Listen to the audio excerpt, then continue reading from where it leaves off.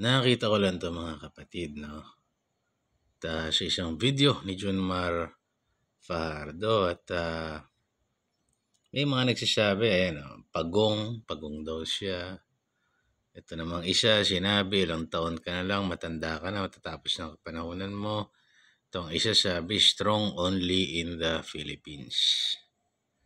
So makikita niyo mga kapatid na marami ang naiinggit siguro kay Junmar.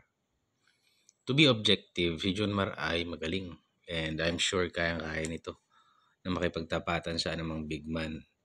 Sino mang big man sa iba't ibang bansa, kahit mga puti pa yan. And highly skilled. Kasi ang dami rin namang ganyang kalalaki kay Junmar na hindi skilled. So the mere fact na ganyan kakalaki at ganyan kaka-skilled, talagang bonus na yon. So that's me being objective. Pero nakakalungkot lang sa ating mga kababayan. Ang hilig natin mag-bash. You may not like some things happening in the PBA. Ako, hindi ko rin naman gusto masyado. But I still enjoy basketball and we are a basketball-loving nation. Bakit? Sino bang, kagaya itong comment na to, nakakatawa. Sino bang hindi tatanda sa atin?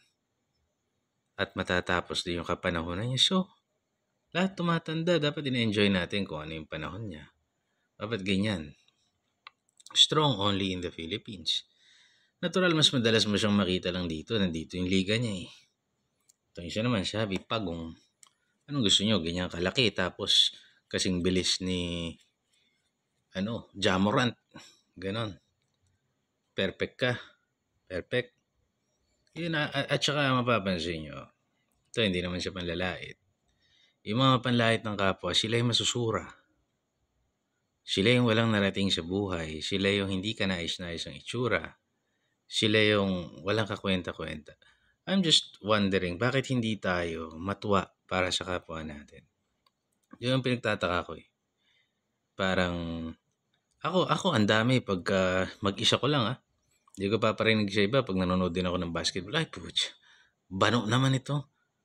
But, sa akin lang yon. Hindi ko paparinig sa iba kasi sino ba ako para sabihing nakakahiya eh. Kakahiya yun eh. Sino ba ako compared to that? Galing-galing mag-basketball noon. Diba? And they are living their dreams. At yung pinakamatatawag nating butaw sa PBA ay lalamunin sino man sa atin sa basketball. Kaya nga nandun sila, nandito tayo eh.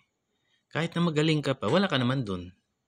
O kahit sabihin mo nang for the sake of argument, magaling ka. Wala ka naman dun. Wala ka sa katayuan niya. Ni hindi ka bangko. Ni hindi ka nakatungtong ng PBA. So nakakalunos isipin na ganito tayo mga Pilipino. No wonder hindi tayo maasenso. No wonder pinaglalaroan lang tayo ng mga dati ng mayayaw. No wonder what. Dahil marami sa ating mga kababayan, talagang walang kakwenta-kwenta. Instead of helping others o uplifting others, yung mga down, yung mga mukhang engot, sila pa yung nangihila pababa. Hila ng pababa rather than maging proud na may kababayan sila na 8-time PBA MVP. At his size, napaka-graceful, may tira sa labas, may post-up moves. Napakagaling ni Junmar. Diba? And humble pa yan Paano pa kung maangas yan? Di binash na lang ng mga tao. Ito humble, hindi ko nga maintindihan bakit may nagbabash. Ganon din si Doc Willie Ong. Paano na kaya paano na atim ng iba i-bash yung ganong klaseng tao na matino? Get well soon, Doc Willie. Tsaka sa lahat ng kababayan natin may sakit. Anyway, God bless you at pasensya na kayo sa aking message.